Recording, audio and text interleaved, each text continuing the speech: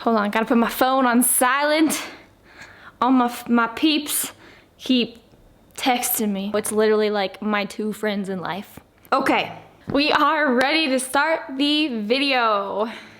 Today is Thursday, February 21st, and today I'm finally getting around to talking about my low back pain and how I was able to overcome it. I cannot tell you how many times I've wanted to share this video for you guys, but I honestly did not because I thought it would be really boring, but I put it on my Instagram and asked you guys if you guys would be interested in hearing about this story, and you guys all said yes. So talking about my low back pain, talk about how I overcame it, and and how I was still able to grow my glutes without any back squats or deadlifts. I've never dealt with back pain my entire life, so when I got it, it was really hard to deal with because I've always been healthy, never even broken a bone. I've never had a time in my life where I've had to back away from my training. I've always loved working out. I've always loved being active. So when this happened, it was really honestly upsetting, and I felt a little bit hopeless because I didn't know how to overcome it. I didn't know what was going on. I didn't know if I was still going to be able to achieve the physique that I was aiming for at the time. So all these thoughts in my head were making me very anxious, very upset, and very hopeless. Back in 2016, I started to compete as a bikini competitor. I did that for about 3 years.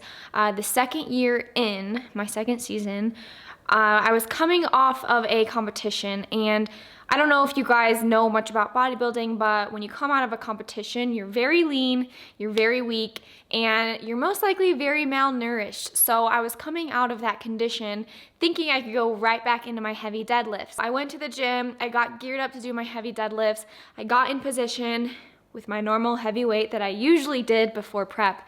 Don't know why I thought I could do that, but I went for it. I brought the bar up and I felt something in my back just feel off and kind of tweaked. I immediately dropped the weight. I went and found Steve in the gym, who's my husband. I was like, yo, I am not feeling good. I have a really bad feeling about what just happened because there was just pain shooting all the way down my leg. Needless to say, I went home that day and I was really scared that I had pulled something, that one of my discs rotated. I didn't know what happened. A couple weeks went by and the pain still wasn't subsiding. I couldn't do any legs. I was like, okay, you know what? I need to just go into the doctor. I hate going into the doctor, by the way. I always wait till the last minute.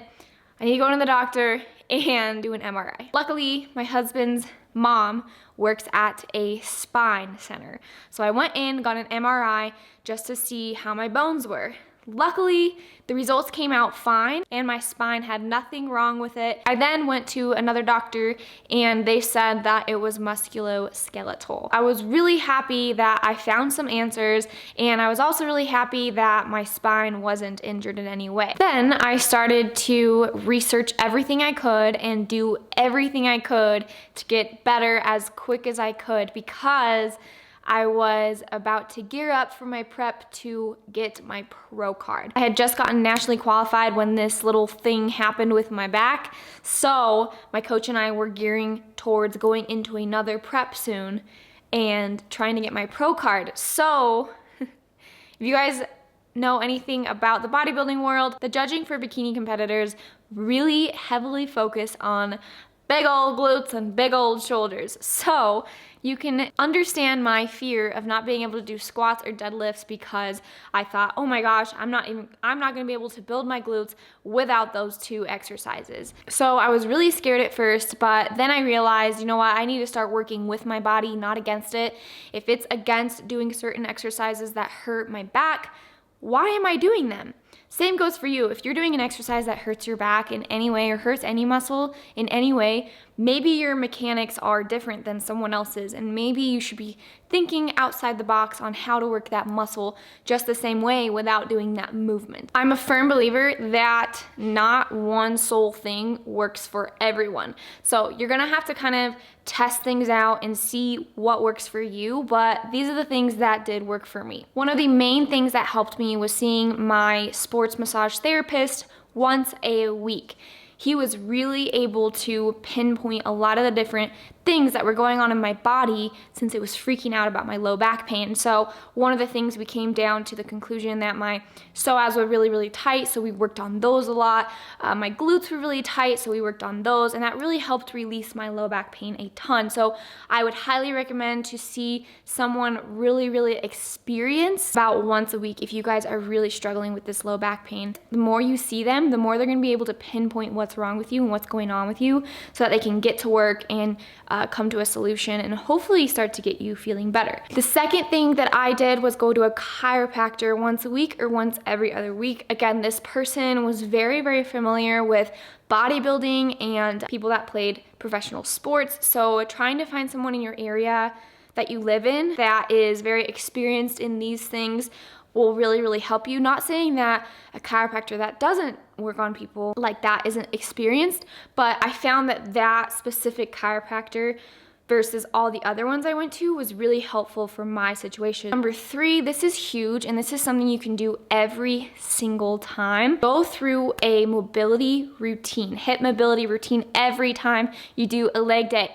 And it's gonna suck and it's gonna take time out of your workout, but I promise you, it's really going to help your low back. You get everything loosened up, your psoas, your glutes, all of your lower extremities really warmed up and ready to hit the weights. The 4th thing that helped my low back pain was to find movements, glute movements, that worked for me.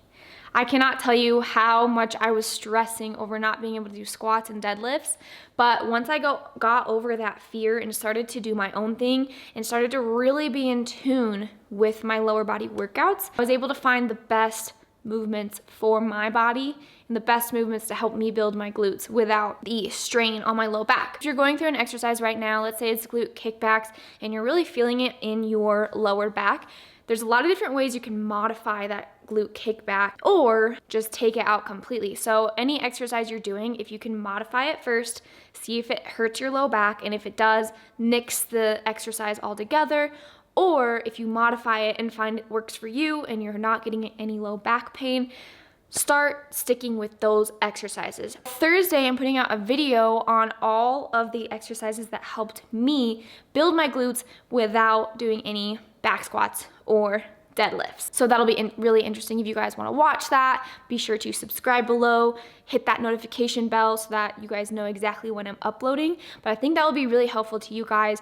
Again, everyone's body is different, but these are the exercises that works for me. The next thing that really helped me recover is to fuel my body with nutrient-dense foods and fuel it with enough calories to recover and start regenerating. If you think of it this way, if you are not eating enough calories, your body is not performing optimally and you're not gonna be able to recover as optimally either. The next and final thing that helped me recover from my low back pain was my posture and how I was doing work throughout the day. During the time of my low back pain, I was on my laptop all day long and sitting on the couch.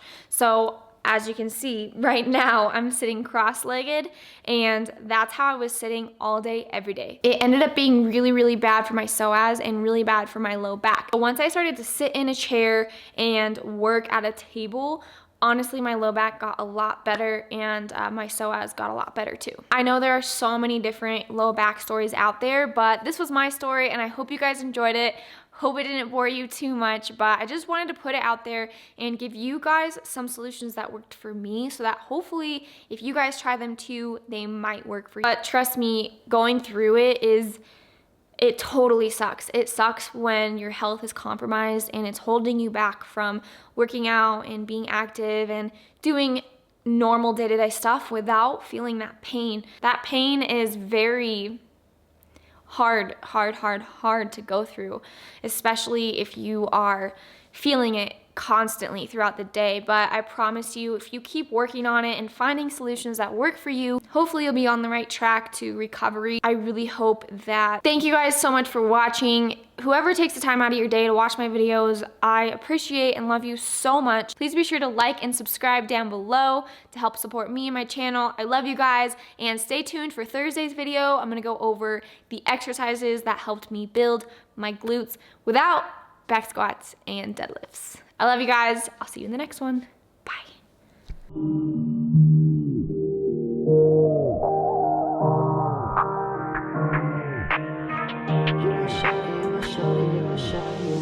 up with my shawty when we show up to the party. Yeah, I posted up ready, she's